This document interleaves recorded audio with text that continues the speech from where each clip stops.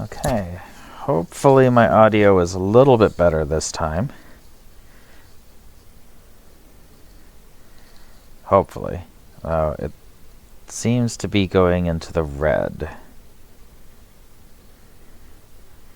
Let me do a quick test.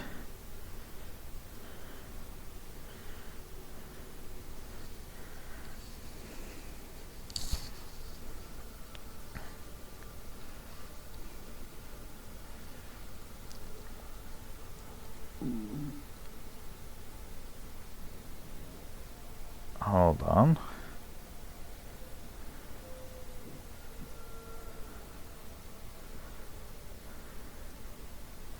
It is not letting me unmute my own stream.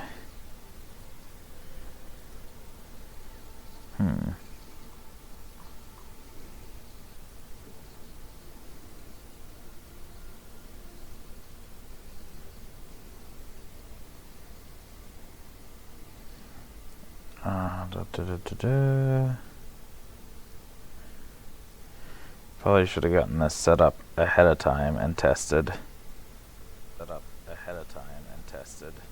Okay.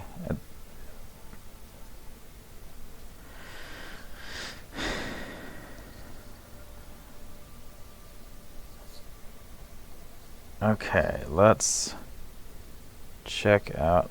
I'm opening programs I don't mean to open.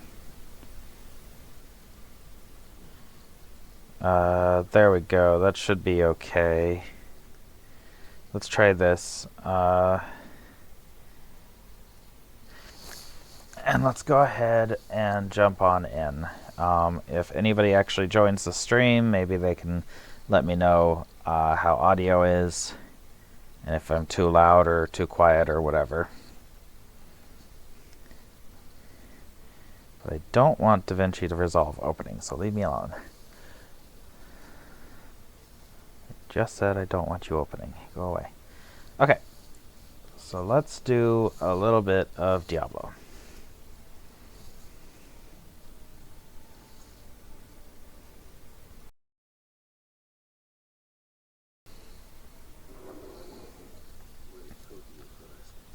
Whisper, I'll do that.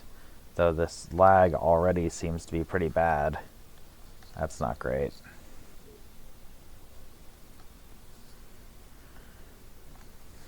Hi Lily, how goes?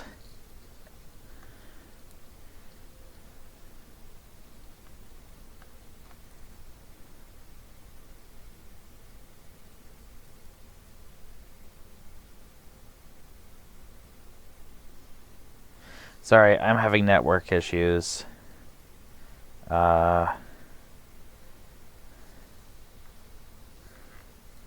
know if you can hear me at the moment.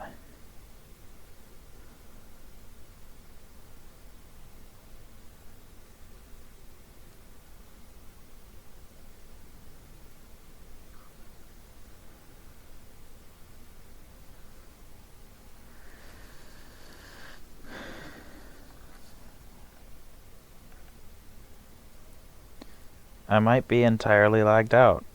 I can't tell.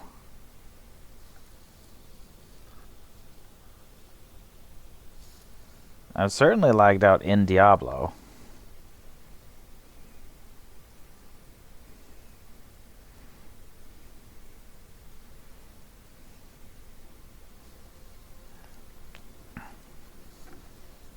I think things are starting to stabilize. Lily, how's my audio? Can you hear me?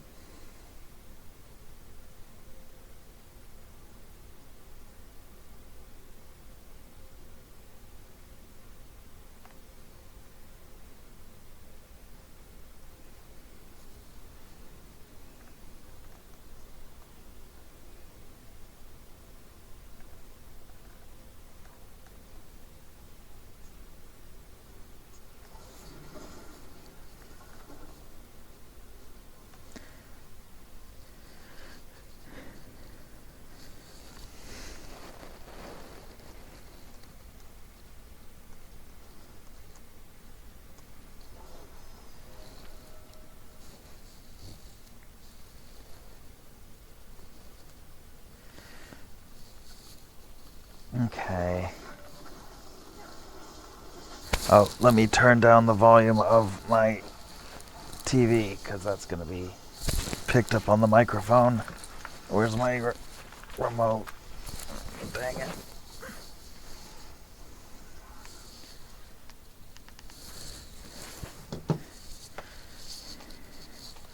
Okay.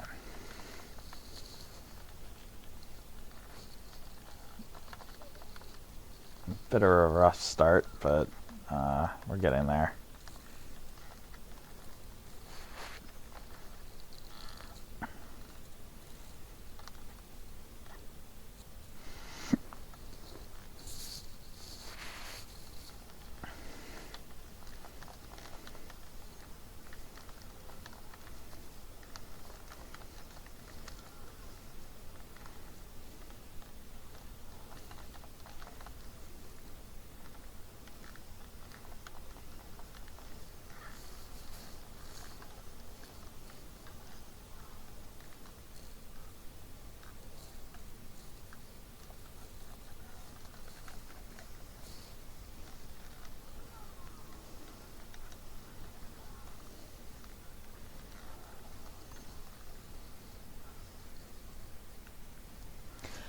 Is it doing better now? My internet had basically completely crapped out for a little bit there, so it might not be your mobile.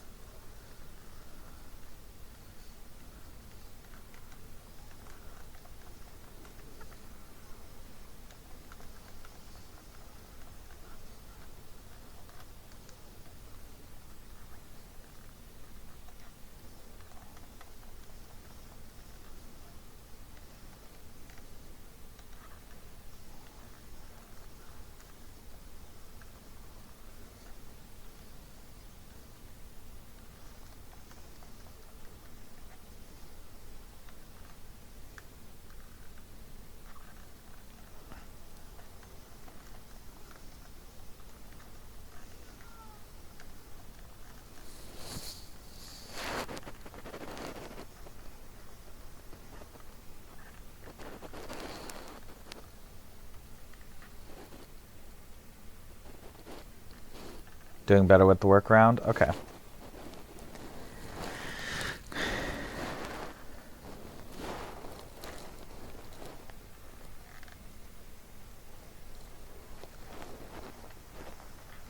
My side says it seems to be stable again, so hopefully it's working.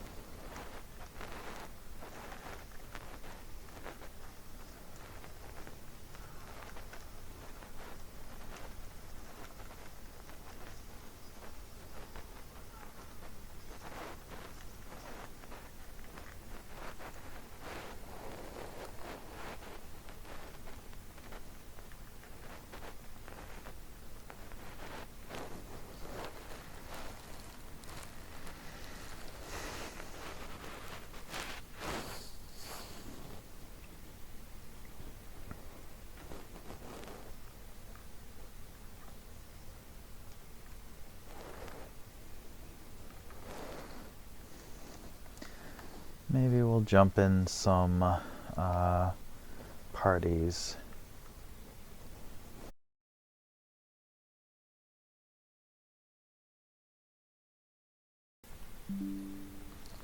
I seem to be back. It disconnected there for a minute.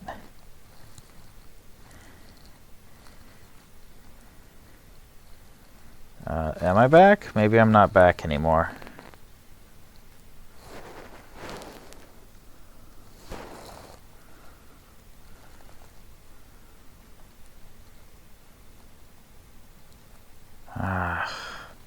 Tech issues. Why is my internet so bad?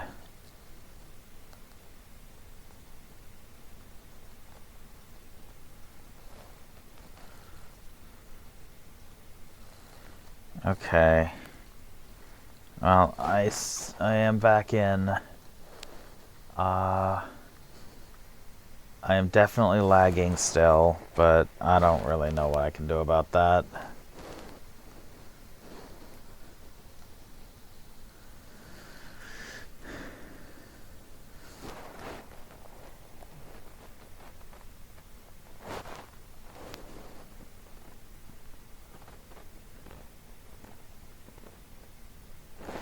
Yeah, I don't know.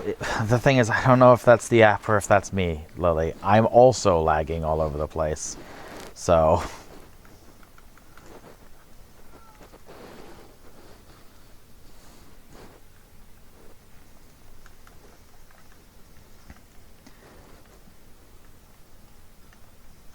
I'd say I have to figure out a solution to this internet problem.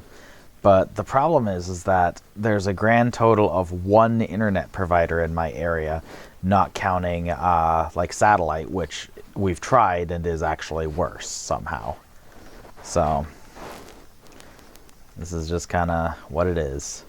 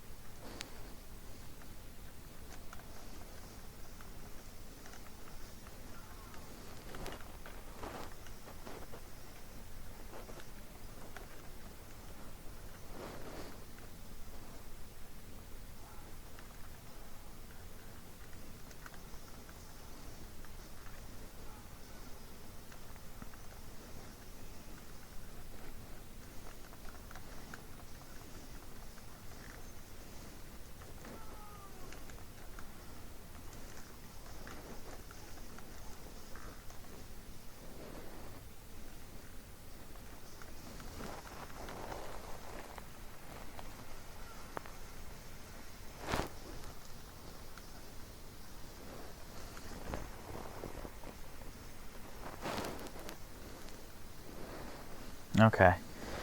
Whatever you need to do, Lily. I'm sorry that it's giving you as much trouble as it's giving me.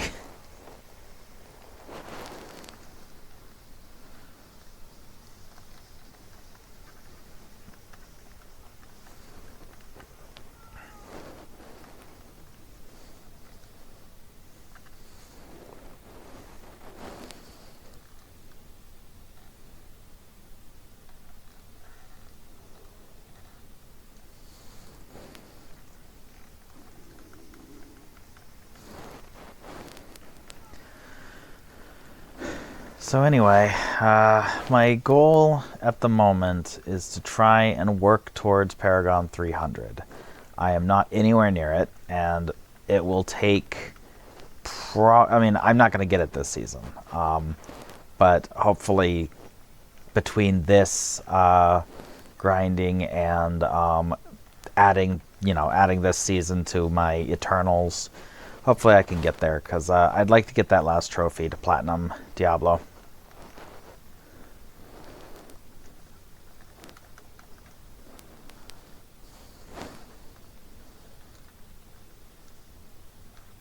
Oh, there's lag again.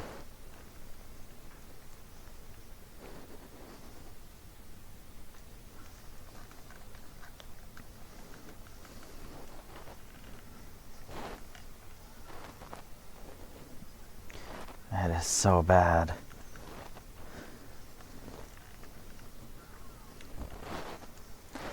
Apologies for anyone actually watching. This is way worse than is usual, unfortunately. It's just really bad for internet today.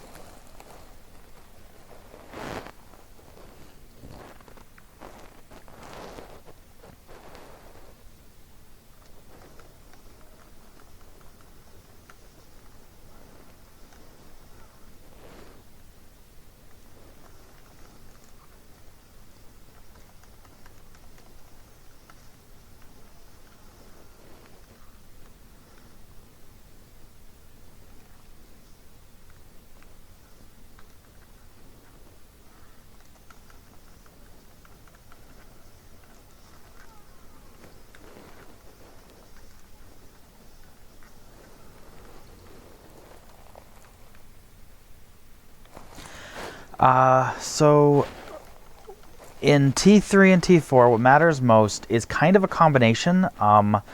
Your gear is a huge factor. Like, if you don't have, I mean, you need the bare minimums of your build. So if you don't have whatever uniques and stuff, you're not going to get very far. But once you've got the basics down, kind of everything's important, because how the math ends up working out is your different, how to put this, additive damage scales off of multiplicative damage and vice versa. So the more different kinds of buffs you have, the more different sources of damage, the more powerful you get at a rapid pace. So like it's better to have a bunch of different sources giving you damage than to have one really big source in a lot of cases. So, like, getting your Paragon nodes for the legendary nodes and stuff, getting your glyphs in, all that is really important. But Paragon nodes, after you get those, the main legendary nodes, they're not as important. Like, it's mostly about the legendary nodes and the glyphs. Once you've got those, you're pretty good. I would get your glyphs to 46 as fast as possible, because not only will you get a lot of power out of your glyphs, but just doing that, you're probably going to get enough Paragon levels that you'll be set for getting, your main legendary nodes. So that'll basically solve the problem. Gear is always important, but again, you'll probably get a lot of the, like, as long as you've got the basic stuff for your build, you should be okay to start going into the pit and getting your glyphs up.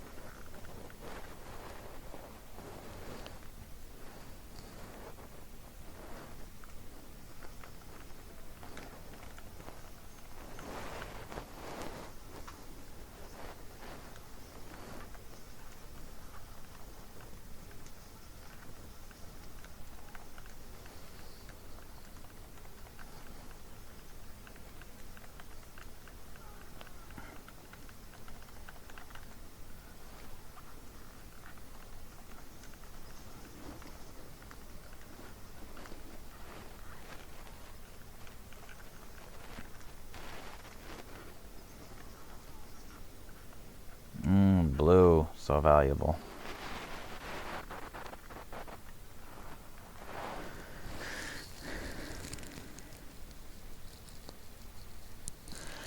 Yeah, getting into Torment 3 and 4 takes it takes a decent build, but it also just takes it scales. Like Torment 3, it can be a bit tough to get into. Torment 4 is much tougher to get into.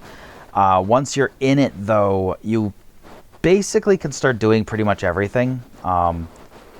Like, it may take you a little bit before you're grinding bosses super fast, but you can start doing all the content pretty easily once you're solidified in 4. Because generally, by that point, you start getting your glyphs up, and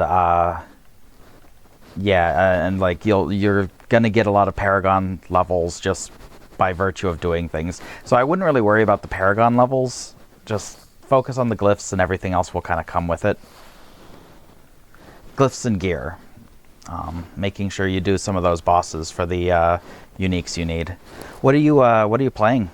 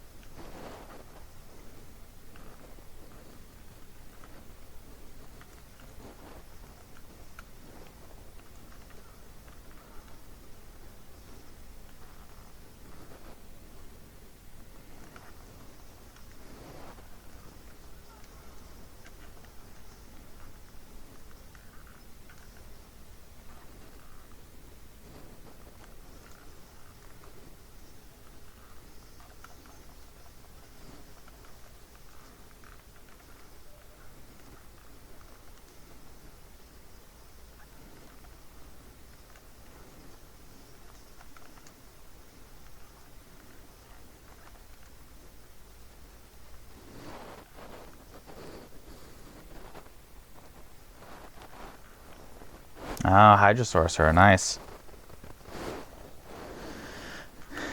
Don't have a lot of experience with sorcerers. I did a Chain Lightning Sorcerer 2 seasons ago? I think it was 2 seasons ago. And that was fun. But yeah, I haven't really played Sorcerer all that much. Yeah, so, yeah, Hardcore is the last one, and that's you only get one life. If you die, your character gets deleted. I don't like to play that personally. And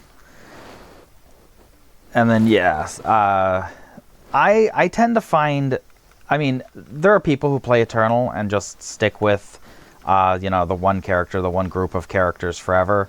I tend to prefer seasonal, go through, kind of like start it all over again every season and, make the journey all over. Because the thing is, for me, once you're in the end game, you start running out of things you can really do productively. And if I was playing Eternal, I would have been in that end game a long, long time ago. Ooh, let's watch my life.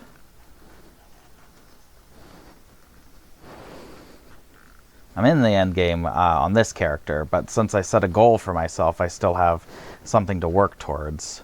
I'm not going to get Paragon 300 this season because it takes literally like billions of experience or whatever, but I can at least make progress so that my Eternals will get that, which is all I'm after because I just want the achievement.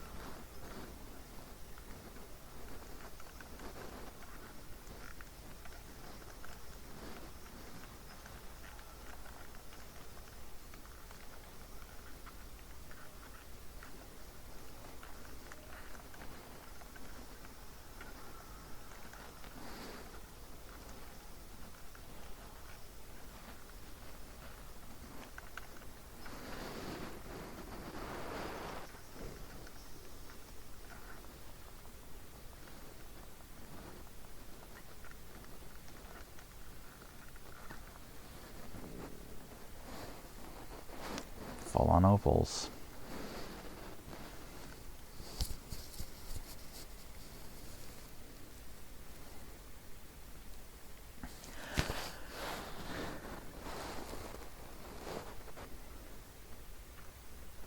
One of the things for the Hydra build is a lot of its damage comes from maxing out the actual number of Hydra heads you have. So getting the temper on your weapon that gives you extra heads, and then masterworking that temper as many times as you can get it. You want 12 Hydra heads from the temper if you can get it.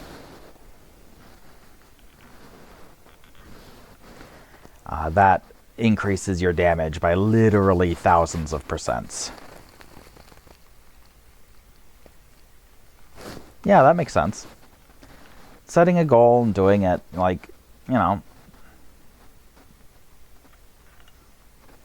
anything else is gravy. If you can meet whatever your goals are, your expectations are, yeah, just do that.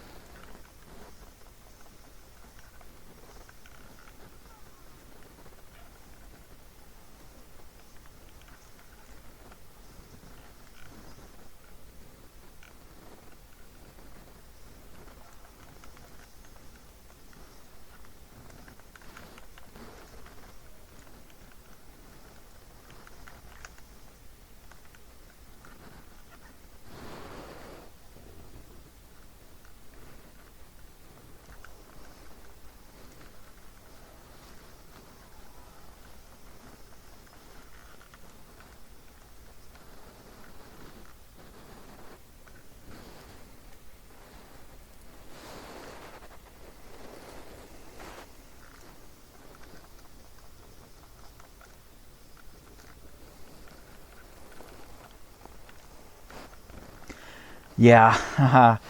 The way that Diablo scales is pretty bananas. You end up with, like you see, gigantic numbers against monsters that have health bars in the, like, boss monsters have got to have trillions of hit points, like, easily at this point.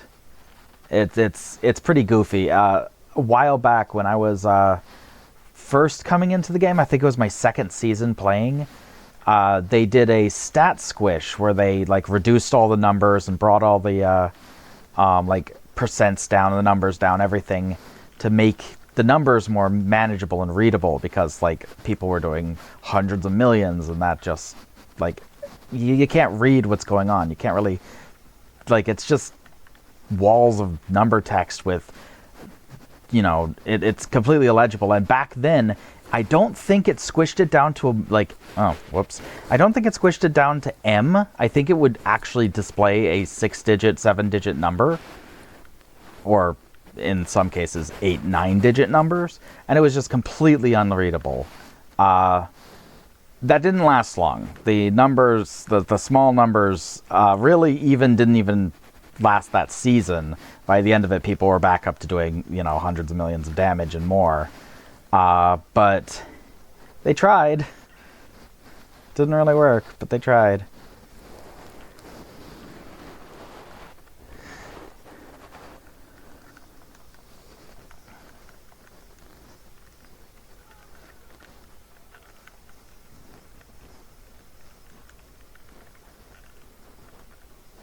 And my build's not even one of the ones that does the craziest big numbers. As crazy as it sounds, my build's more about lots and lots of smaller numbers. There are builds out there that hit for literally trillions of damage per hit. Just kind of big super hits that just one-shot basically everything.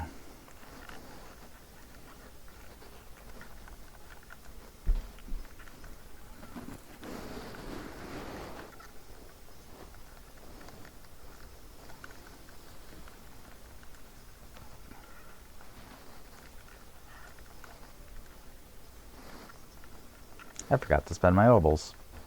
Oh well, you know that.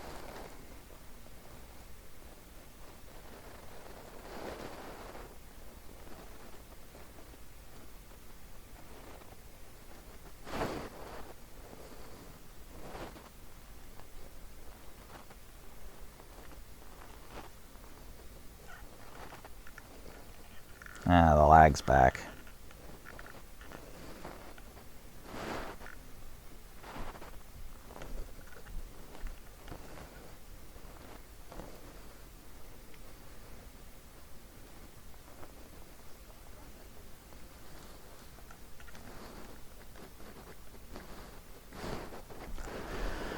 The most damage, I think this season is Spiritborn, I think.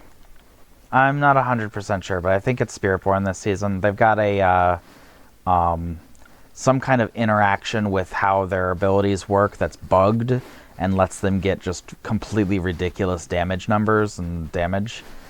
And I don't know anything about it because I don't play Spiritborn, but I think they're the top. Hydra Sorcerer is one of the high ones, though. It's one of the really, really strong builds. It's finicky about how it gets its strength. Like, you need to get very specific certain things in order to get that power. Did I disconnect? Oh. I hope you heard that. I hope you heard what I said.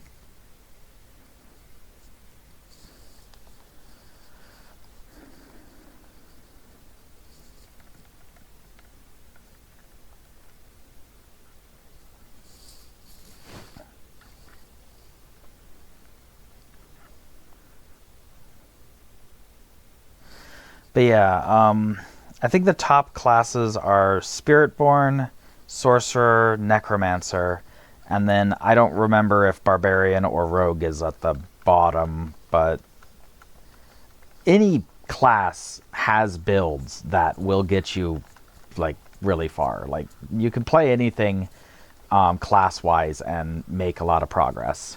It's just some are going to get farther than others.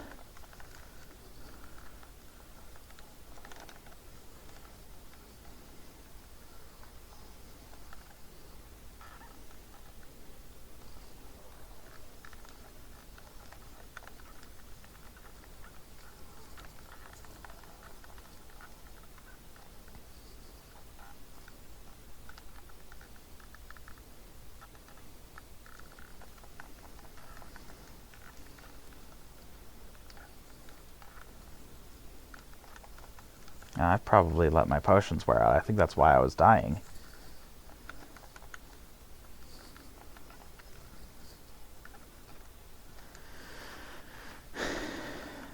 Yeah, I don't know what the Spirit-born bug is. Some kind of like extra scaling thing.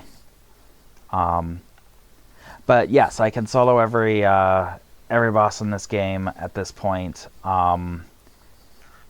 With this gear level, I can do it actually trivially. There aren't any of the big bosses that threaten me.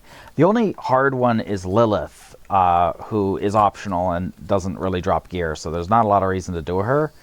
But she also just is all instant kill mechanics, so it's not that like I can't do her. It's just that I'd have to learn how she works, and she's a big pain in the butt to fight. Because if you make a single mistake, you just die. And that's not very fun for me.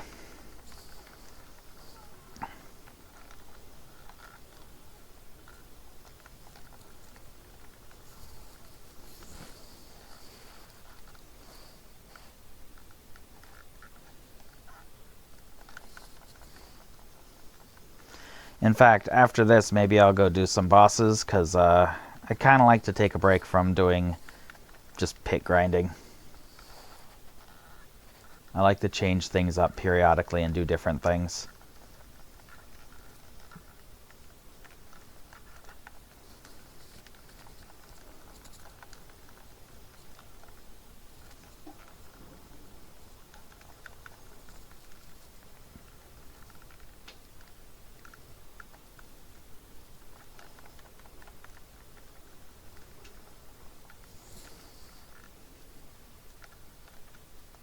Okay, this way.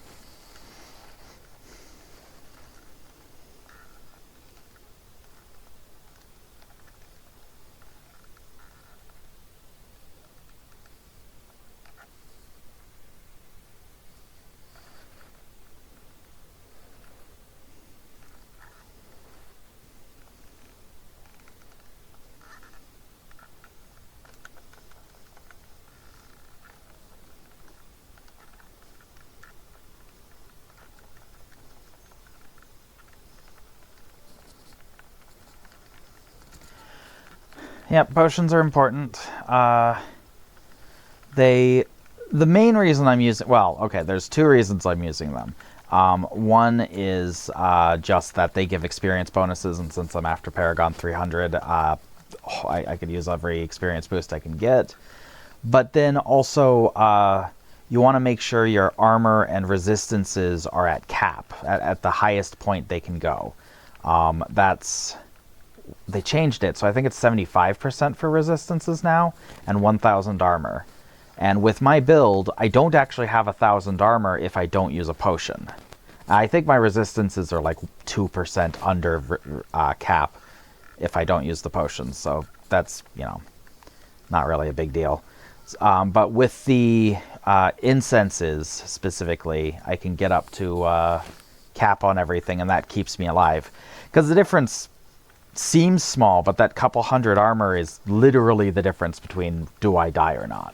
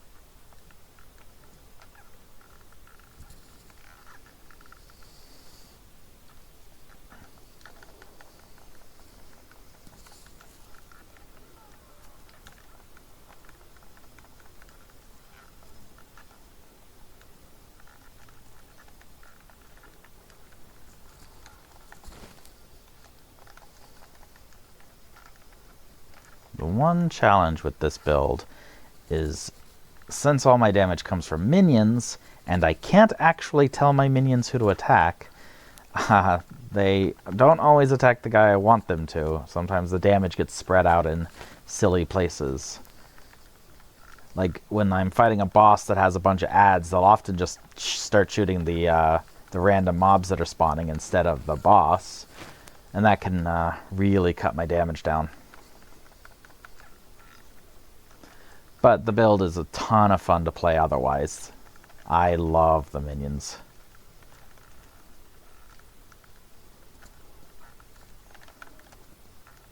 Ooh, that's bad.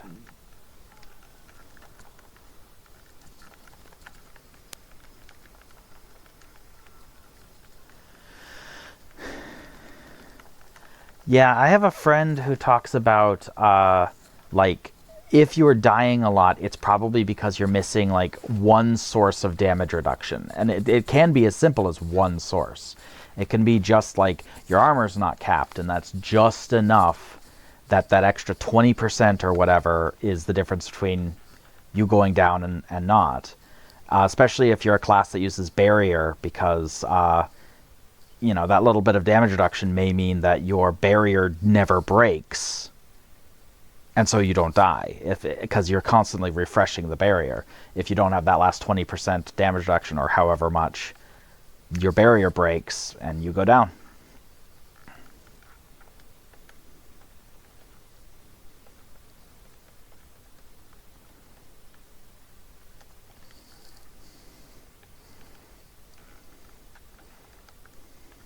And then, of course, every time you increase the difficulty, so when you get into Torment 3 and Torment 4, each time the amount of armor you need goes up, because they give a penalty based on the difficulty, so you've got to get more and more armor. And as a sorcerer, it's particularly rough. Necromancer, it's easier than sorcerer, even though we don't have a lot of strength to get the armor from. But we do have a talent that gives us a whole bunch of armor, a skill passive we can put ranks into.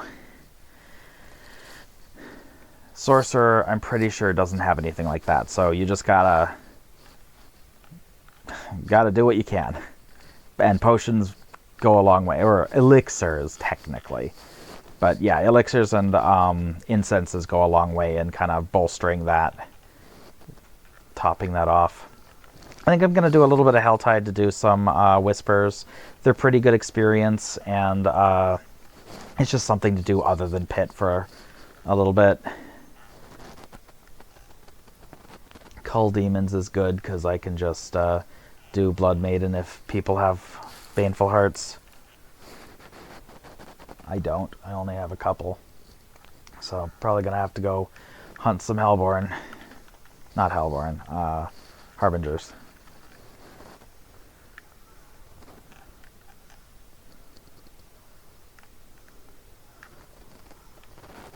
I bet that event will give me one.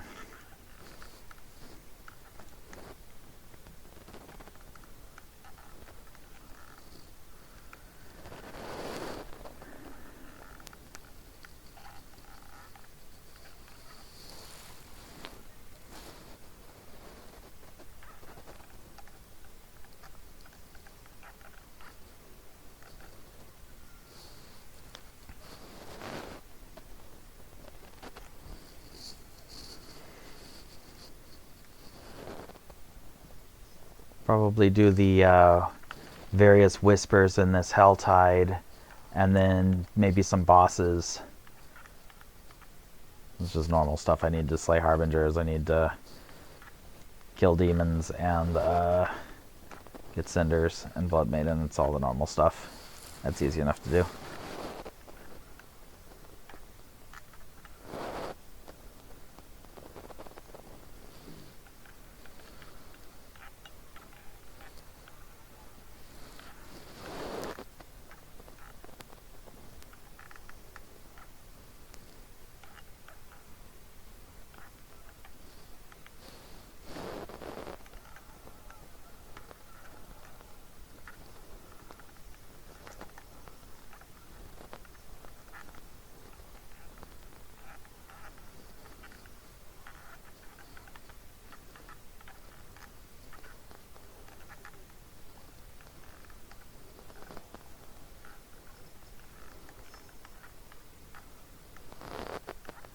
No baneful heart. Oh well.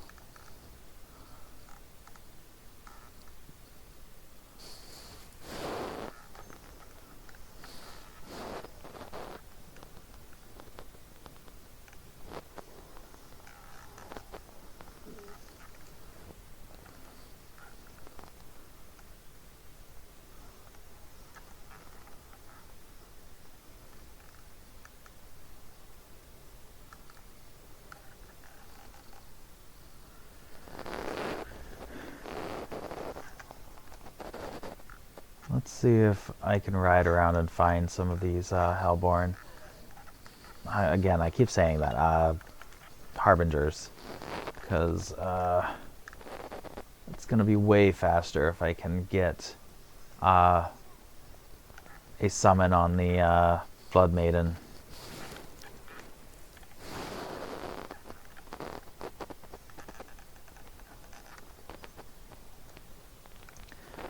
Looks like the event reset.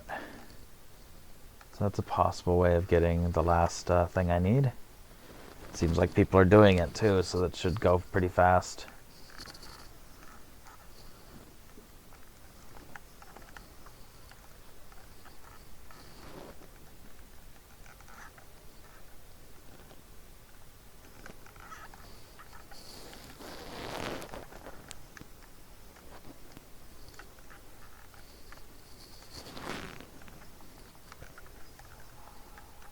Oh, again.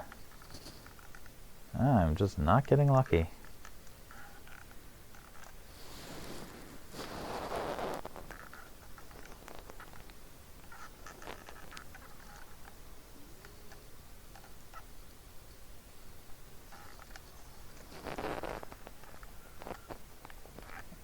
I wonder if all the Hellborn or the Harbingers are down in the bottom half of the map, because I'm not seeing any on the map. Usually there's an area where they congregate, where there's just more of them.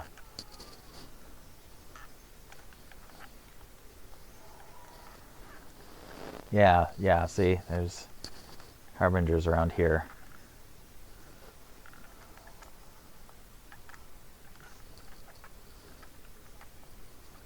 There's one up to the north. I just want to do this little mini event.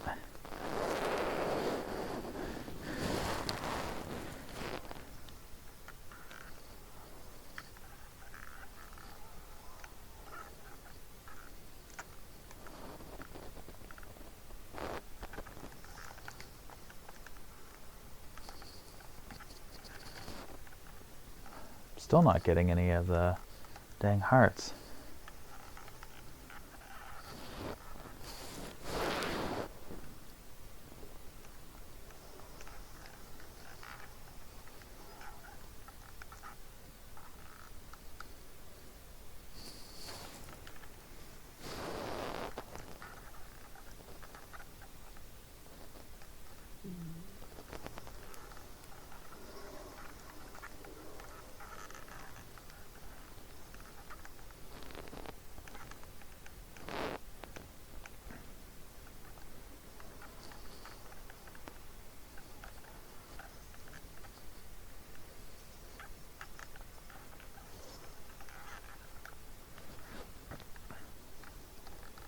Well, I can open up some chests at this point, and those will give me hearts.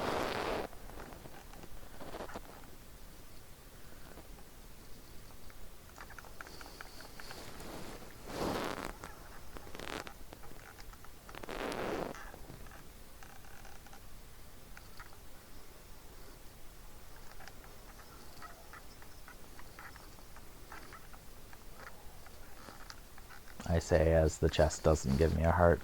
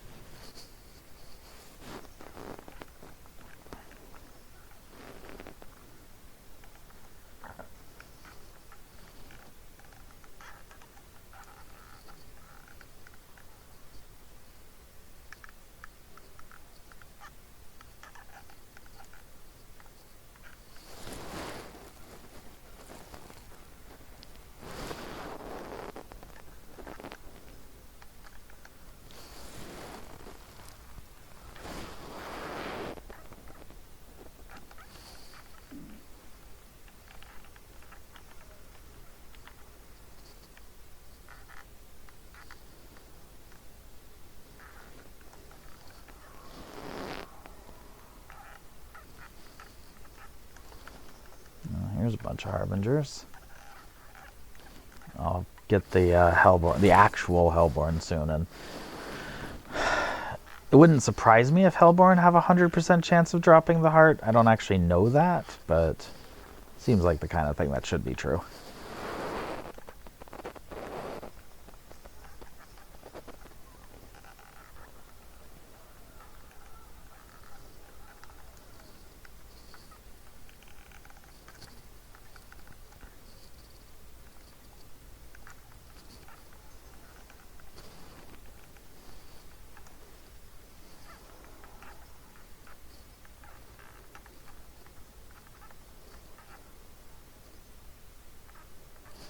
It is not true.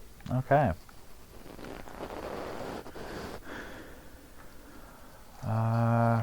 Weapons are going to cost too much to open. I'll check to see if this jewelry is a ring.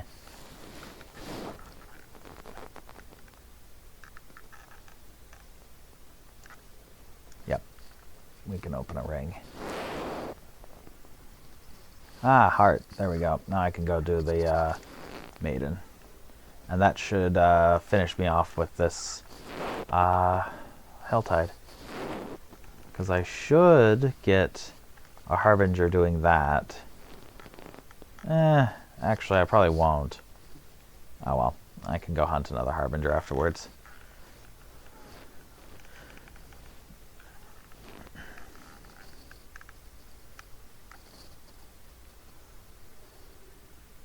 Where is this thing?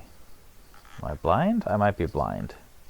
I might be in plain sight and I'm just running past it or something. No, I don't think so.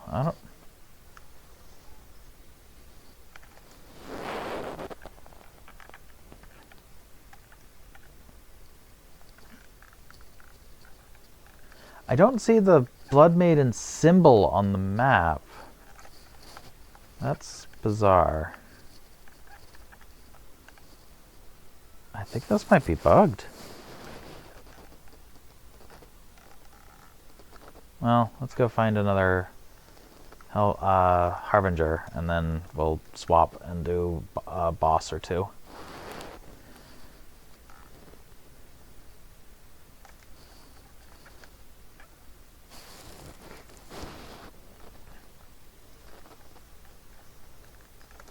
Ah, there's one. Oh, here's one.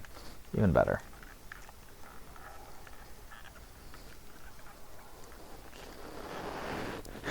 What boss mats do I have? Not a whole lot. I could do Endariel, but I hate her. I could do some Belial. Yeah,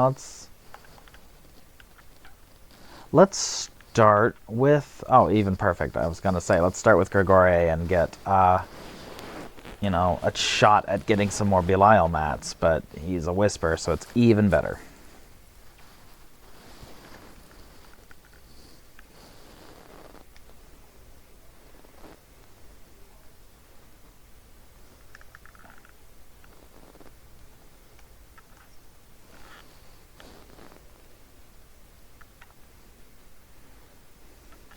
You were asking if I could do any of the bosses. I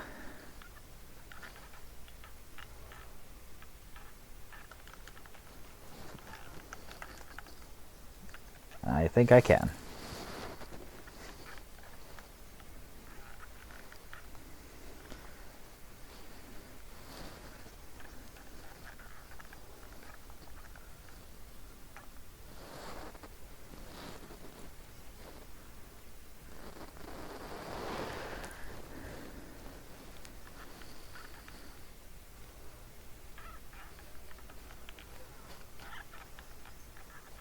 I just need to not get hit by his hammer smash, because that will probably kill me. And by probably, I mean I have arrogantly stood in the hammer smash before, and it definitely kills me.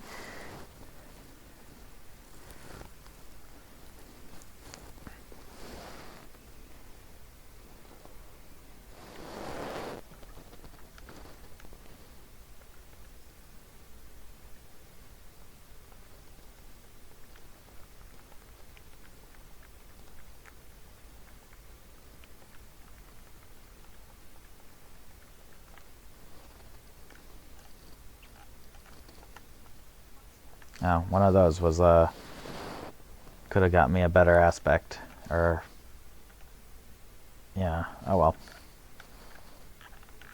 At this point, there aren't really any that would increase my damage. I've maxed out all the aspects I actually use. That's not gonna really matter. I think I'm like 1% off from like one of my aspects. Now I feel obligated to check. Yeah, reanimation is 1% off.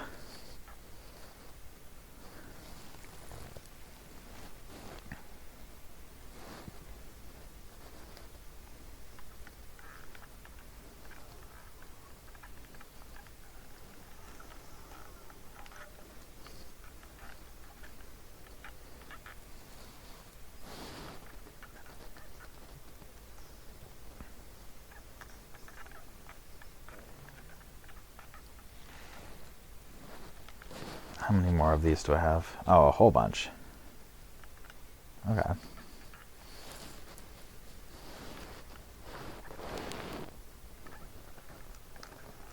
No, don't lag.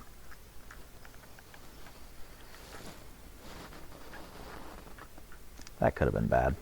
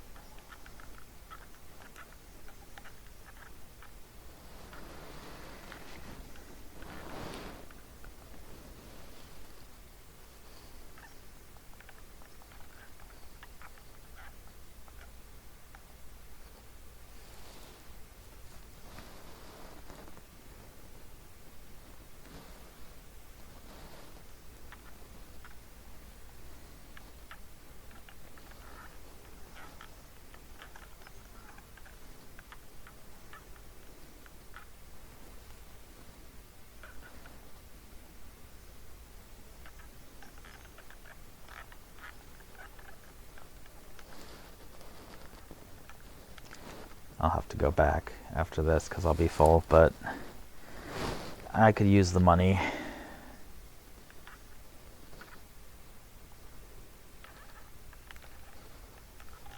Oop, I ran straight into it that time. That is a lesson in what not to do. Oh, next season when you die as a necromancer or any other like summon-based class, they will automatically respawn all your summons. You don't have to worry about running around with no summons anymore, and that is the best thing they could possibly do. Because currently, it'll resummon your minions automatically for bosses, but if like I'm in a pit running around and die, I have to hope I have enough corpses to get my skeletons back, otherwise I'm just going to be beating on things until I can generate them. And since I can't kill anything without the skeletons, all I have is my passive ability to create corpses from living things by hitting them. So getting auto reses is going to be real nice.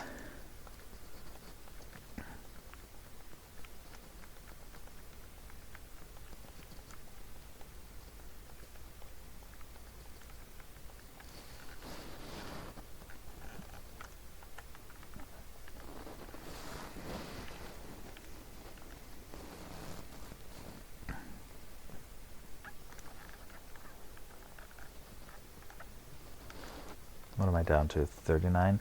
So I got 3 more.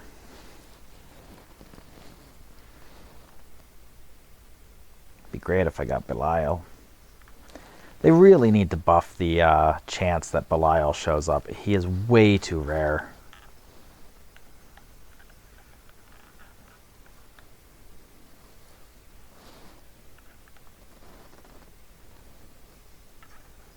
I was really hoping that complaining about it was going to get him to spawn.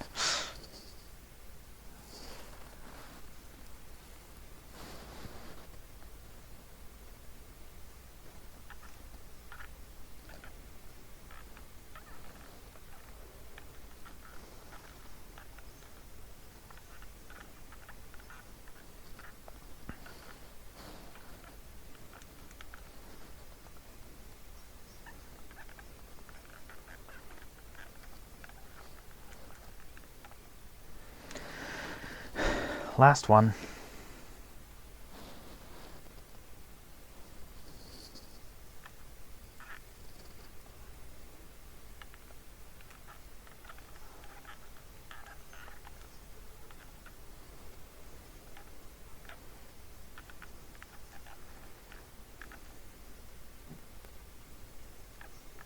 Nope, no Belial.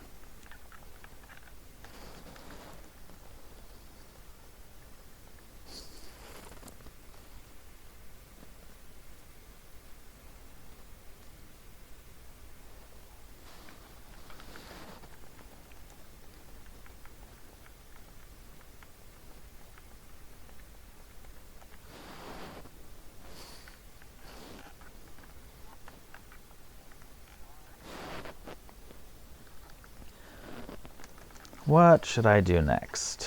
What would be a good little way to get some experience and break up the monotony of pit runs?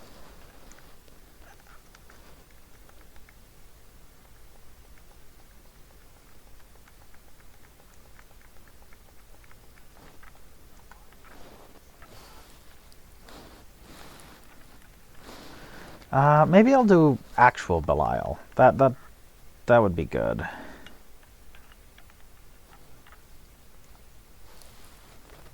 That's a good thing to do. There's that 1 in a million chance that he drops a Hand of Naz upgrade for me. Better gloves.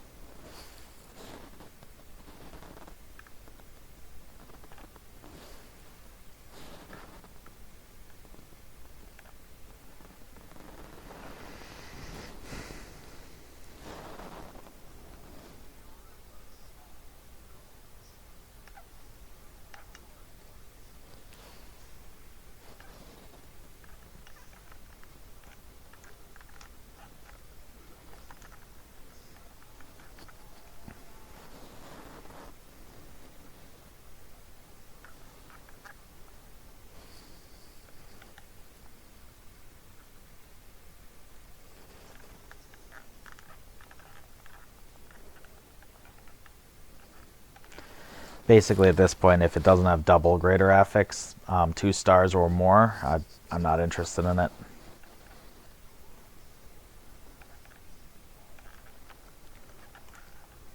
Ow.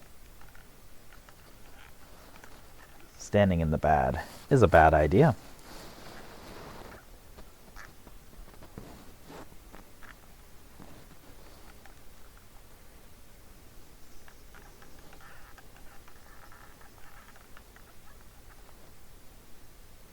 That might be fun next. Maybe I'll do some compasses next.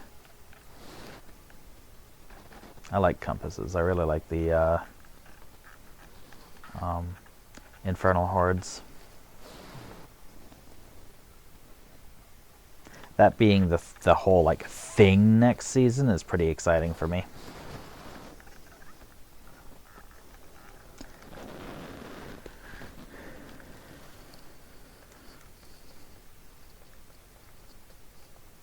Oh, the Banished Lord's Talisman was 2-star.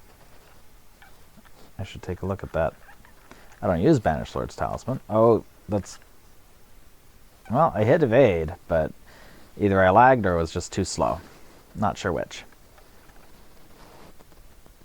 My reaction times are not fantastic, so definitely could have just been me being too slow.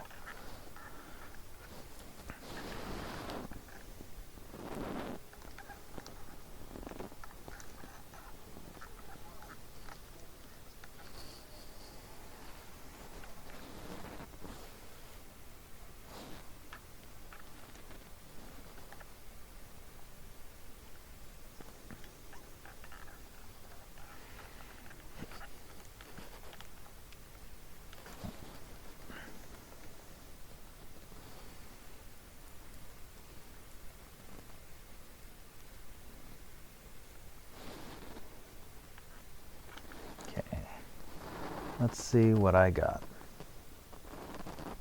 Banished Lords is not on the important stuff. Hand of Naz isn't 2 greater affix. So this is a bunch of sell. But that's good, because my money stock is very low. I think I will save the last few husks for later and just do some... Just jump into the Hordes. I could really use some Obdicite.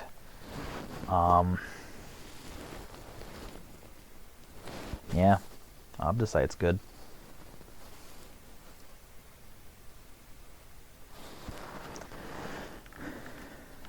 My potions are nearly depleted.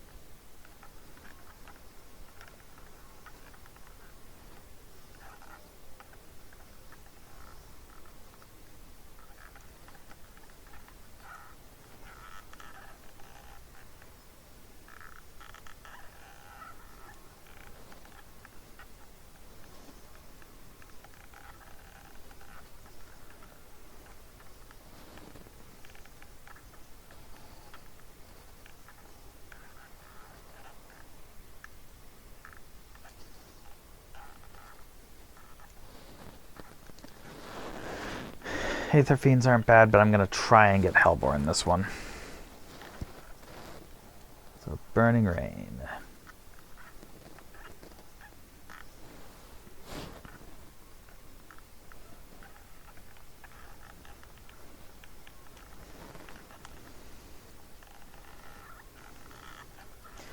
Burning Rain is a decent one because not only does it give an okay amount of Aether on its own, but there's a upgrade you can get after you have Burning Rain that'll make your Burning Rain spawn Hellborn, and Hellborn are the best way of getting Aether. So if you can get Hellborn to spawn normally as well as from the rain, and both of those things will boost the amount that Hellborn get, you can get quite a lot of Aether.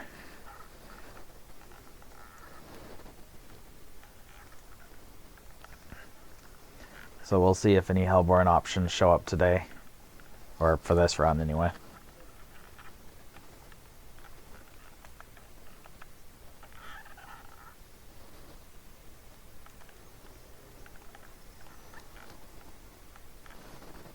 Not initially. But Aether Fiends are pretty good, too. That's fair, Lily.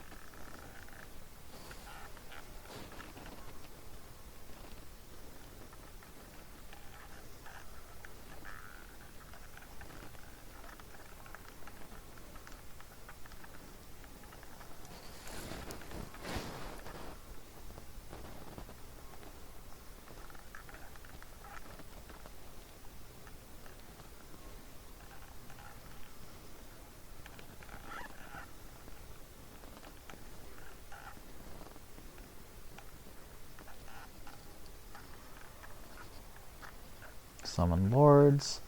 Lords aren't bad. Lords are actually pretty good, especially if you can get the one that makes them spawn from masses as well. Not Hellborn, but they'll make do.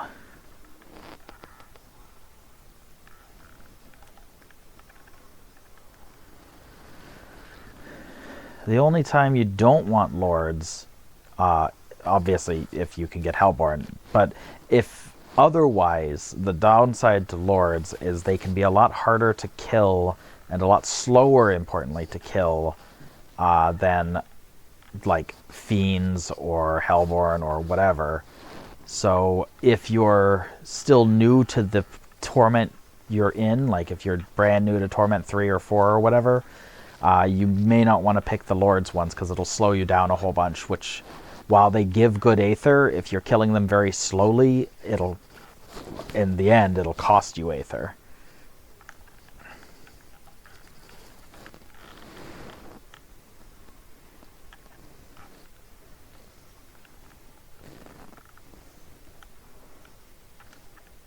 And for Lily's edification, Aether is it's basically the currency for this particular game mode. The more of these events you do, and the more, like, you buy upgrades for the events, and that makes them harder, but that also makes them give more Aether. And then at the end, you can spend your Aether to buy, like, gear and materials you use for other stuff and all sorts of things. Money.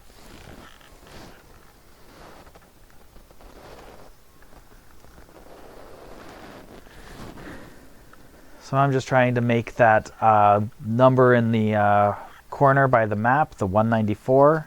I'm trying to make that as big as possible.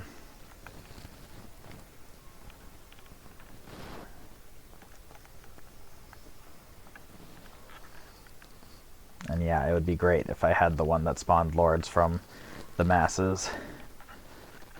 This lag is being a problem yet again.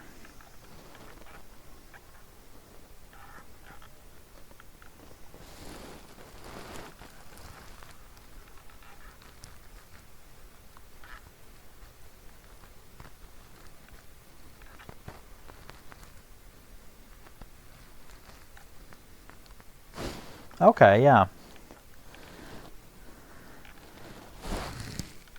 Sir Apple Peel's Good is a good name, too.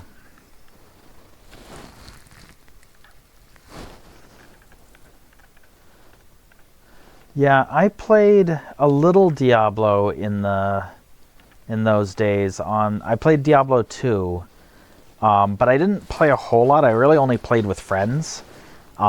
And they tended to be way more into it than I was. Like, I liked it, but I never got, like, into the basically end game. Like, I never got to the point where I was running around with the really rare items and that kind of stuff. I just did a few playthroughs through the campaign, maybe made it to the, maybe beat the second difficulty campaign, but I didn't get all that far.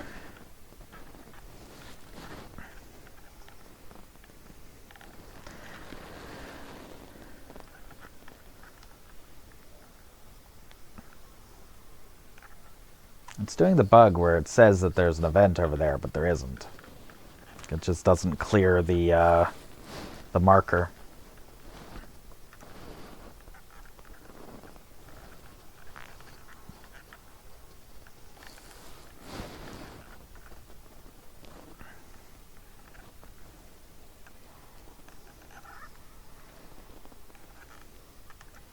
I think Teeming Masses is Aether Lords. So I could get Hellborn, but at this point it's pretty late in the thing. And I think at this point it wouldn't be super worth it because I just don't have the time to stack up buffs to make Hellborn worth a whole lot. Whereas I can do that for the Lords. So I think the right call is to go for the Lords. And then just try and make sure I get as many of the masses as possible to get as many Lords as possible.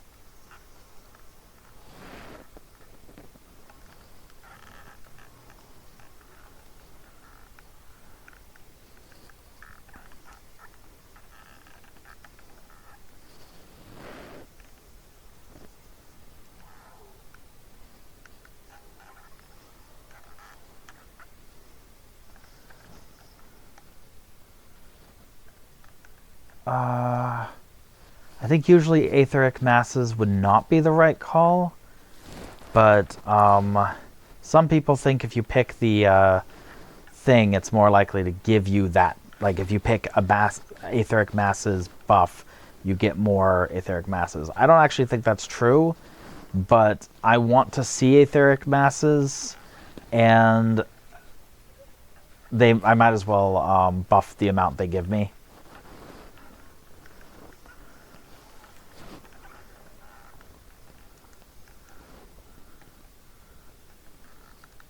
Because I kind of don't want it to be spawning regular Aether Fiends at this point.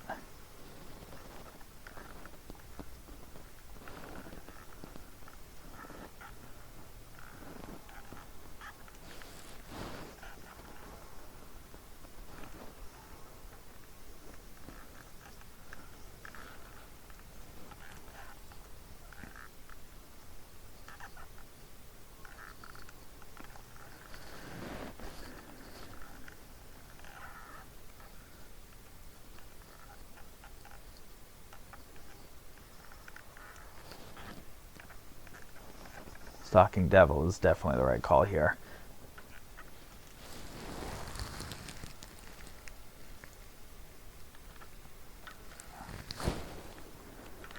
Yeah, that's the thing, Lily, is a lot of people say things about, like, if you do this, it'll make this happen more often.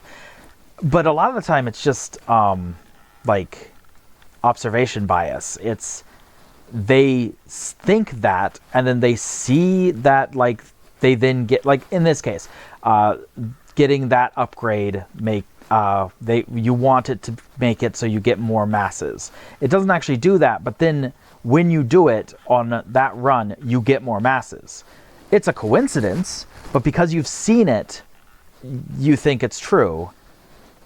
But, like, it's disregarding the, like, 3 times that didn't happen out of 4, you know? You remember the one time it did because it confirms what you want to believe or what you already believe. And it's really easy to fall into that trap.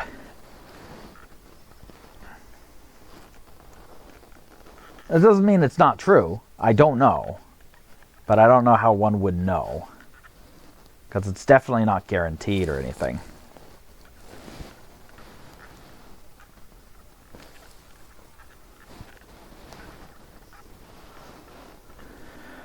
And I've heard people say the reverse. If you do lots of events, like if you do lots of these Soul Spires, you're more likely to get Soul Spire upgrades you can take. But I am almost positive that's not true. Because I have seen, doing this quite a number of times, I have seen no obvious correlation between those two things. I once saw somebody say you shouldn't do Soul Spires because they're bad, and if you do them, it'll give you more upgrades for them, which are still bad, so you don't want them. But I tried that. I tried not doing any Soul Spires, and I still got Soul Spire upgrades. So their whole, like, if you don't do any Soul Spires, you'll skip the upgrades and get, you know, more Aether, is just not true. Maybe it was in a previous season, but I'm pretty sure they wrote that for the season I tested it in, so I don't know. 915 isn't the best, but it's not bad. I'll take it. Well, 912. No, yeah, I didn't take any of the ones that get me extra from killing the Council. So that'll be about all I get, but I think the Council drops like 15.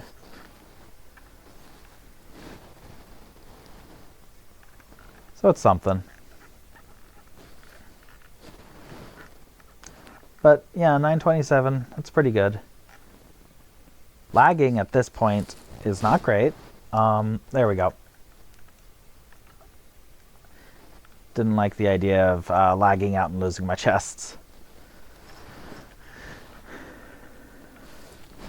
Oh, important thing to know.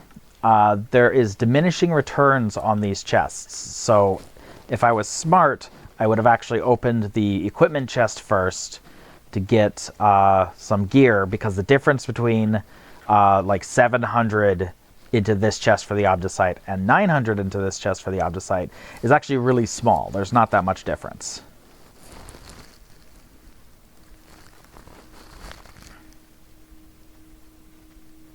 Yeah, Lily, it's the kind of thing that, like, there's enough RNG, enough random number generation that you never really know how something like that works. And yeah, the only way to really know would be to look at the code, look at how it's written. Or do a whole crap ton of tests. Like, you could rigorously scientific method this thing and just test like hundreds of runs and keep careful track of everything, but I'm not going to do that. That's crazy talk. There are people who do that sort of thing, though. So I'm sure you can find that kind of thing out there.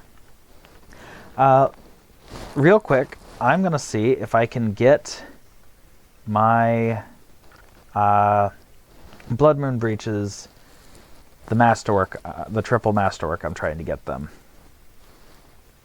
I probably don't have the money for it, but I will give it a shot.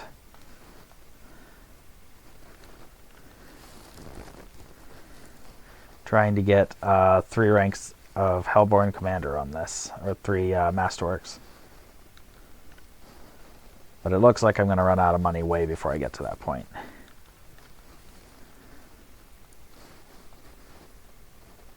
There's 1.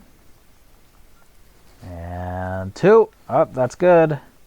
We like to see that. And we're done. I've been working on that for days.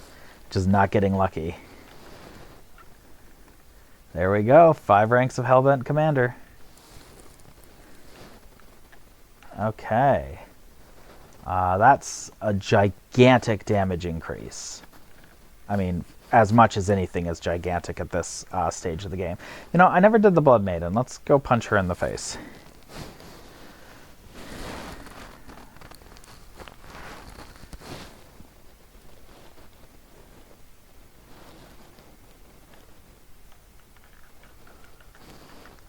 I was looking at my potions to make sure that those were at least still active.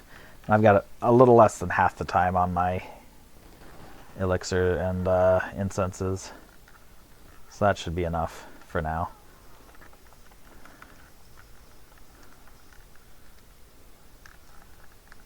Cull Demons again, that's great. Because that is the easiest one to do, because Blood Maiden will just do it for you.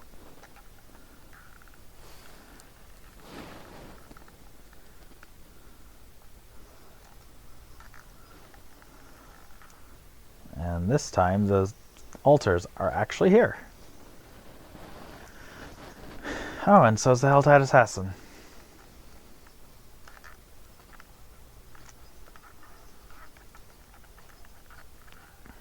He, I'm pretty sure, is guaranteed to drop a Baneful Heart.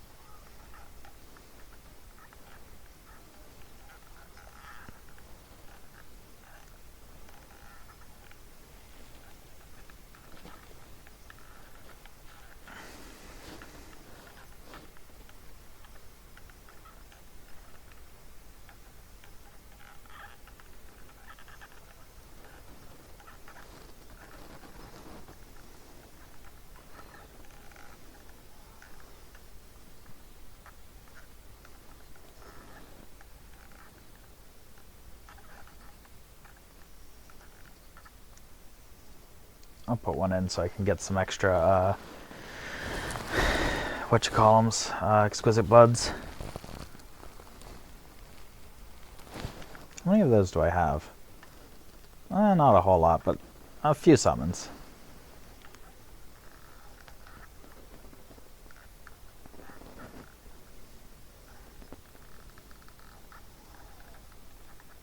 After this, I'm going to have to turn in at the tree.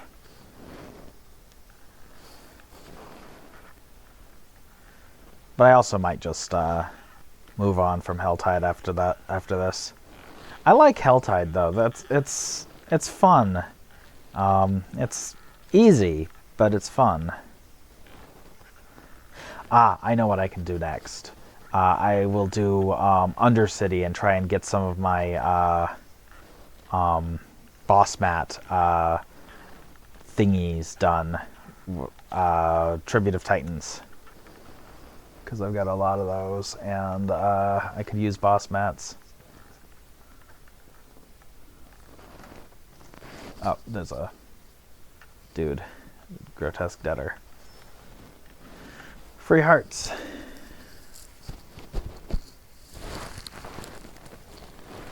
Let's real quick turn in that, sorry, fiddling with my mic a little.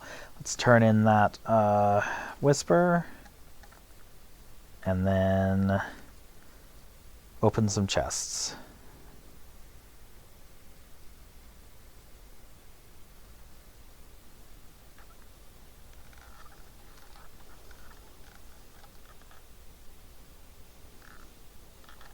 There's a Harbinger here, might as well take him.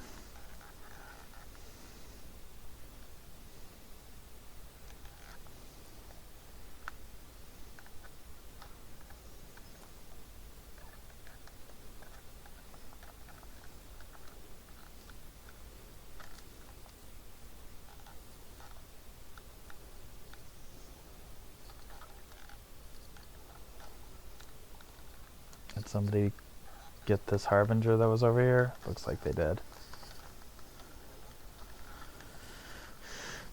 Oh, I'll go do the Blood Maiden, because that's more potential chests to open.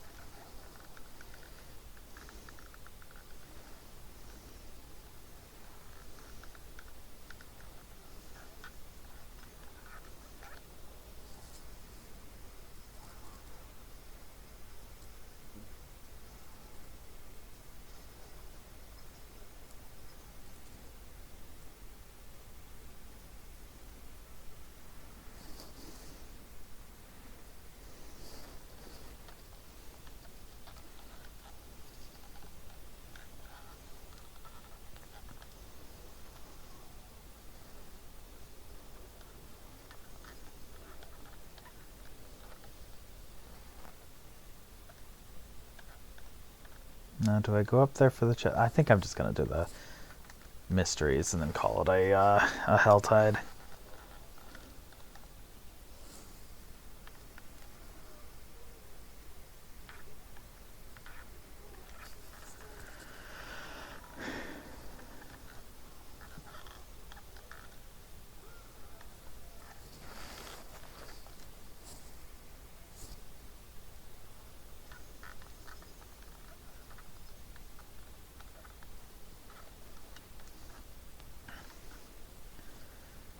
I don't care enough about getting the Harbingers. So let's go ahead. Jump into the Undercity.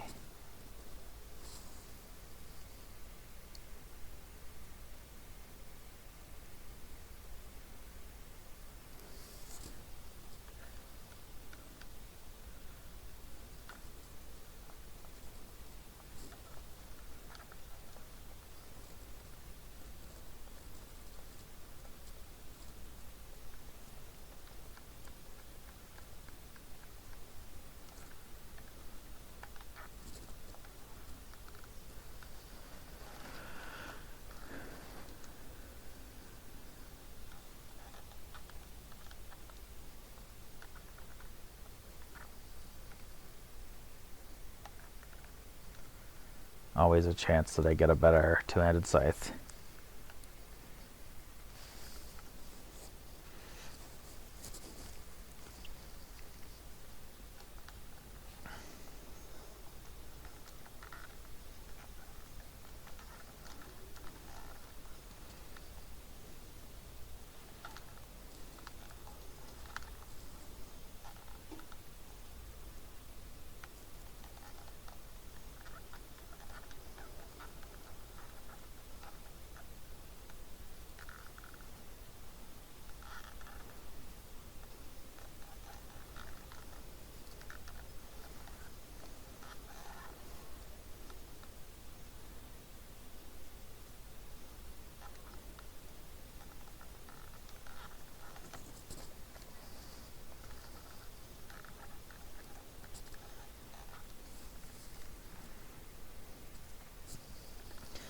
I think I'm going to make this one a 2-hour stream, so I'll probably be heading off in 20-ish minutes.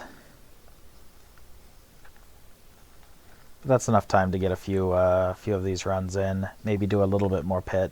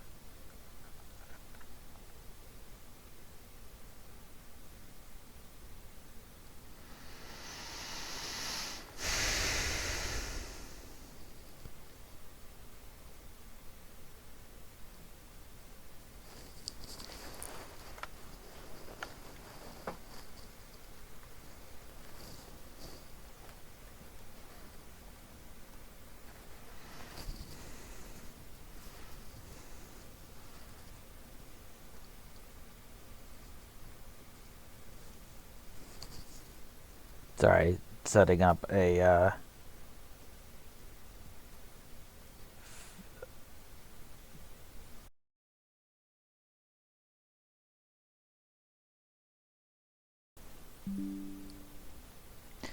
I disconnected again, looks like.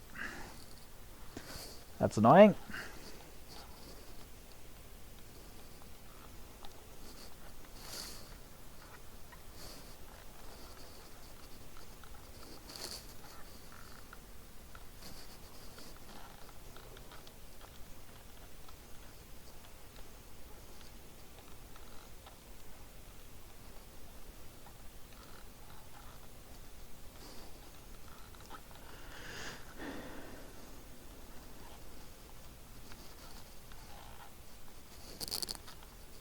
I always thought the enemy name Corpse Axe was kind of dumb. It's a skeleton with an axe, but like, it just sounds like a dumb name. It's a corpse axe. It doesn't sound like it's a creature. That sounds like it's a weapon. Like it's a magic axe or something.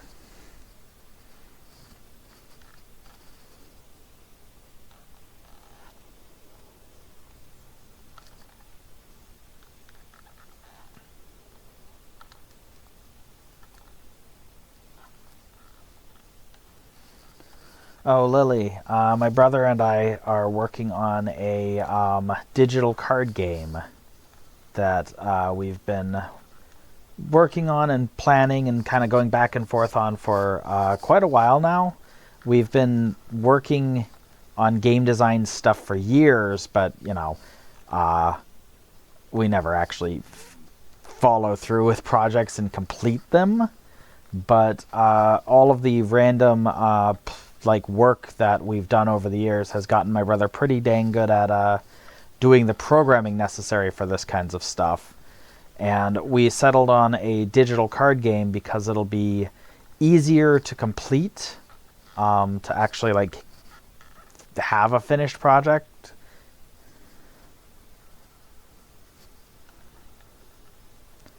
Yeah, right. Like a corpse axe sounds like a exactly like the axe carried by a corpse. But yeah, this card game we're doing is its premise is basically it's sort of like Magic the Gathering, those kind of like battle games like Yu-Gi-Oh and those kind of games where you battle, you have spell cards and all that kind of stuff. But specifically, it's a cooperative game. You don't play against other players. You play against the AI, and you do campaigns where you are the generals and loyal followers of the Dark Lord, who was basically Sauron.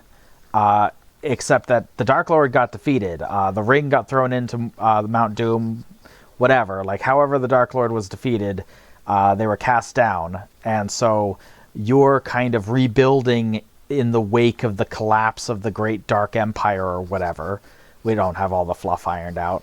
And you're trying to reconquer the world. So you go through and, there'll be, a campaign map where we will have random generated dungeons and stuff, basically procedural generated dungeons.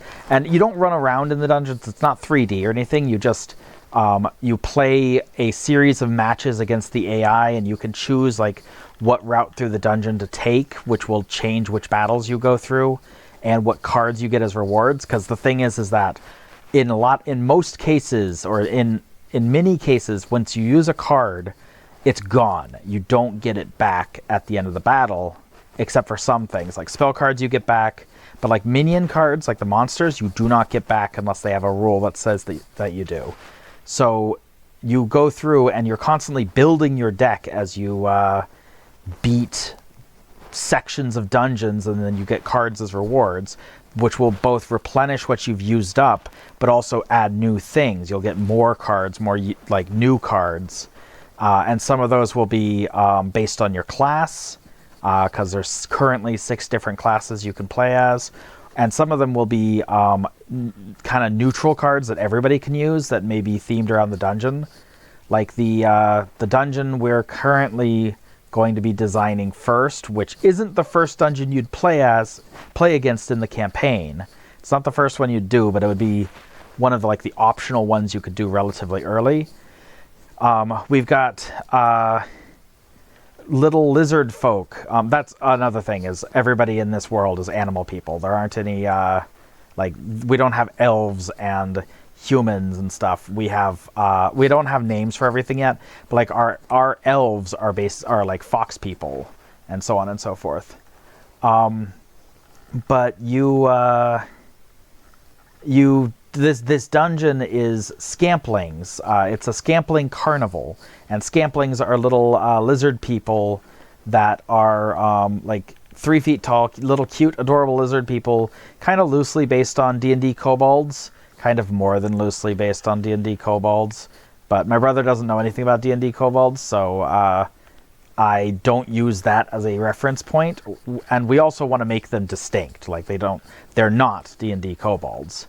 So we've got some differences going on, but this is still pretty early on. We don't have a lot of this stuff ironed out. We don't have the fluff on all the critters. All the idea that the people were all going to be animal people literally came to us last night, because we were looking for ways of making these are the Dark Elves, the evil elf empire. How are they interesting? Because, like, we've seen Dark Elves before. We've seen a lot of different kinds of Dark Elves before. So you get to the point where it's like, well, what's an interesting way to do this take that either hasn't been done before or hasn't been done exactly this way before? Like, what unique twists can we bring? Yeah, legally distinct kobolds, exactly. Kind of leaning more into the cute, derpy side of kobolds. In the case of the Scamplings. But yeah, so one of the things is, like, it's the 6 classes are, like I said, the kind of the generals of the Dark Lord. So it's not like you're playing as the Dark Elf faction. You would be playing as the Dark Elf character who may have a bunch of Dark Elves in his service, but aren't exclusively Dark Elves. Most of them aren't most of the factions aren't like a species or something like that. And in fact, our Dark Elf character is a vampire. So he has, or she, or they, I don't know. We don't have any, like, ironed out characters really yet, except for one. But the Dark Elf has all sorts of people under their umbrella because it has all sorts of vampires under its umbrella. But I think the most common are going to be Dark Elves, or in this case, foxes, whatever the fox elf people are called. But one of the things we wanted to do is, like, you know, like,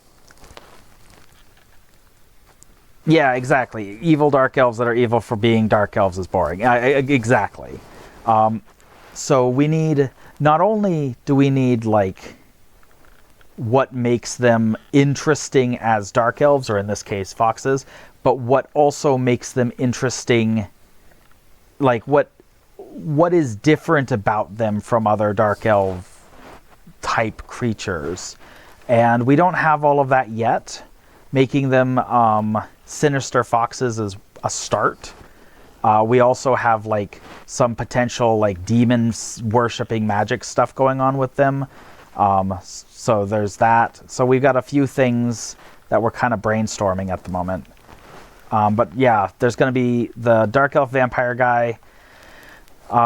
There's going to be the other character we've really got a lot on, and by a lot I mean anything on, really, is the Weeping King, who is the Lord of all the Lord of all Dryads and the King of the Forest. And once upon a time, he was a great, like, bastion of good, and his forest was, like, filled with druids and, you know, nice, happy animals, and everything was hunky-dory until his wife, Yggdrasil, the World Tree, died. And when she died, he went a little mad with grief, and, you know, this is a classic story. He turned to the Dark Lord to try and bring her back, because the Dark Lord can do things like that, or could. But before the Dark Lord could make good on his promise, he got cast down. So Yggdrasil didn't get brought back, and so the Weeping King is now bitter and angry and wants to bring the Dark Lord back in order to bring his has been dead for quite some time wife back. And it's all sad and stuff, but it's an undead faction where many of the undead are like treants and stuff. It's very like, what if the Ents were zombies in Lord of the Rings? So undead Ents and treants and that kind of stuff. Undead forest folk, like there's deer people called Faun, and goat people called Satyrkin, and almost all of them in this faction are undead. As well as lots of undead plants and stuff. Yeah, resurrection rarely works as intended. Yeah, exactly. And I don't know if the Dark Lord was going to make good on this, because we don't know anything about the Dark Lord yet. We don't know if they were, like, actually made good on their pacts, or if they were a manipulator and a liar. I don't know. I tend to think a Dark Lord, like a character like that, who actually does make good on their pacts, is probably better, because part of the premise is like you are the loyal followers. If you weren't getting something out of it, you probably wouldn't be loyal, right? Let's not sell my actual weapon.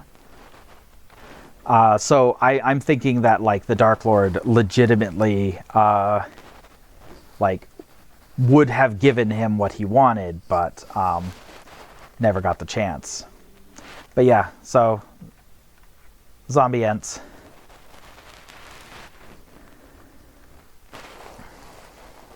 And yes, they do move slower. Some of them, a number of them have a rule that makes them fight last, but in exchange they tend to have really crazy stats because they're trees, and trees have a lot of hit points and stuff like that.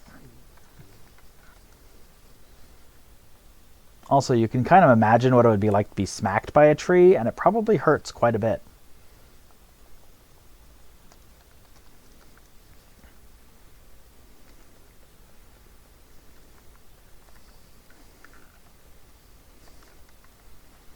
So yeah, that's one of the things we've been working on the side. It's been fun.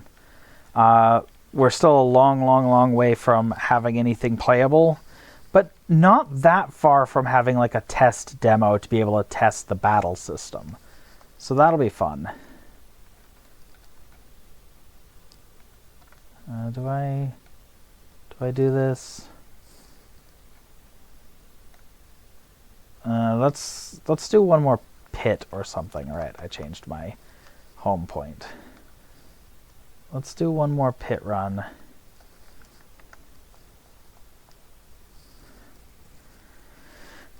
And then I'll probably call the stream at that point.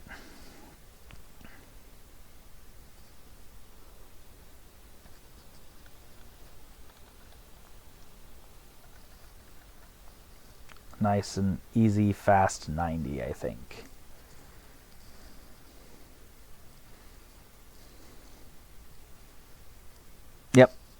Yep. Motivated, angry tree beings. And so that faction is kind of my brainchild. That's the one I've been putting a lot of work into. And they are, like, their play style is the big stompy monsters or lots of little monsters. You can basically spec. How the game system works is you can like focus your deck in different aspects of each character. They each have like 3 different roles they're good at, and you can kind of spec into those roles. With the Weeping King, you can spec into lots of small little plants that tend to be okay at offense, okay at defense, but they're kind of on the cheap side where they're inexpensive, but that also means you get what you pay for. They're not as powerful, but you can have lots of them. Or you can spec into big stompy monsters. It's difficult to have both of these things, but it is possible.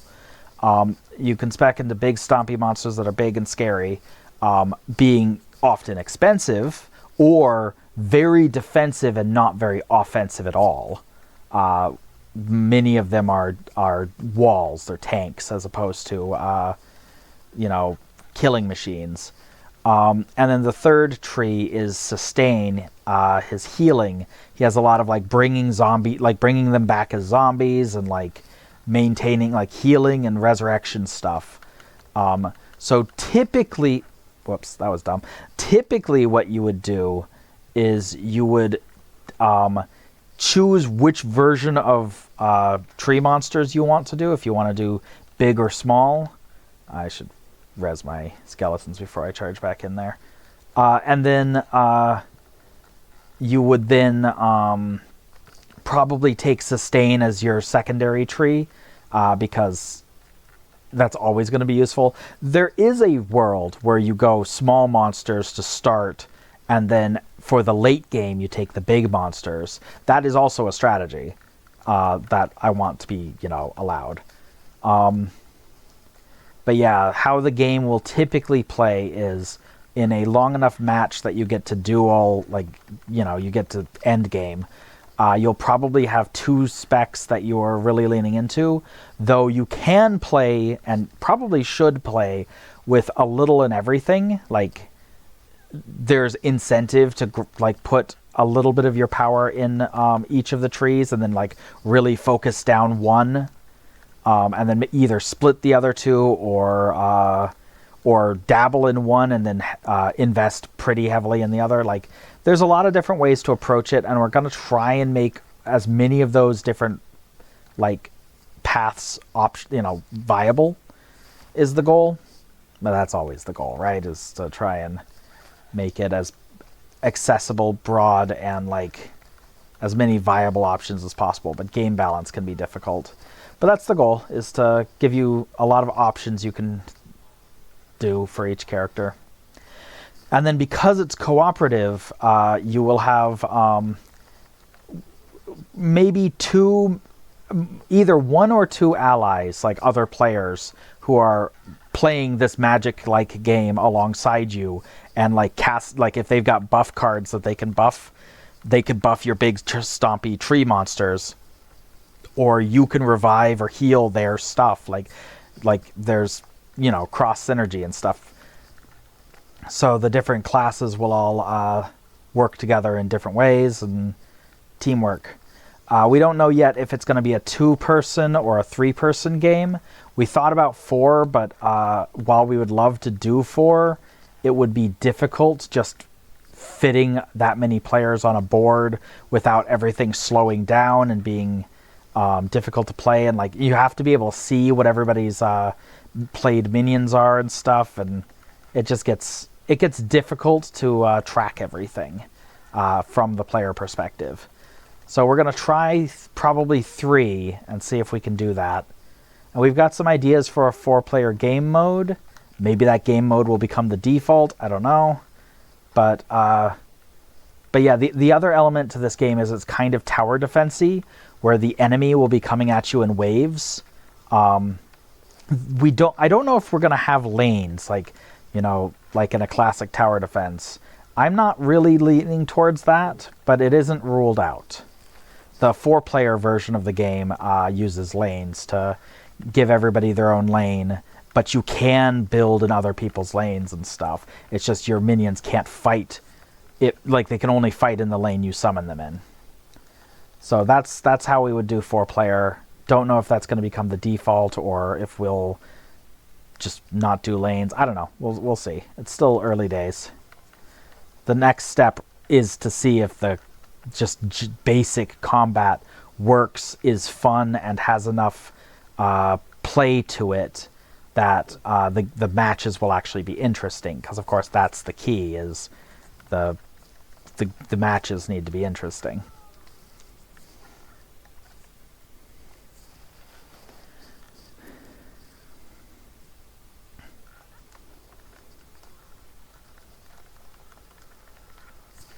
So yeah, game design is fun. Gonna work on that. Hopefully this is a project we actually finish.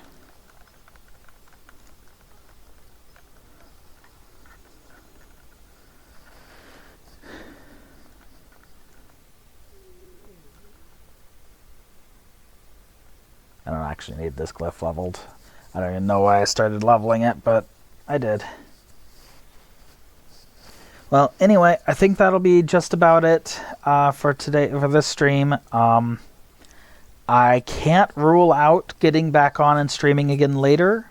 It is a possibility, because I've been in a streaming mood lately, and it might be fun to get back on.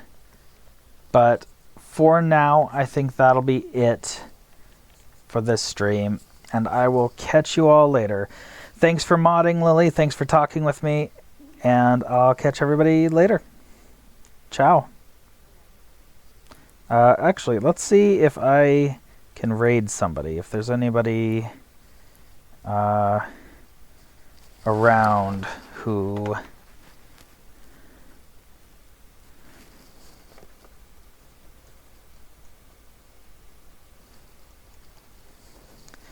Okay, Nicole's not streaming. I don't know if I know anybody who is streaming.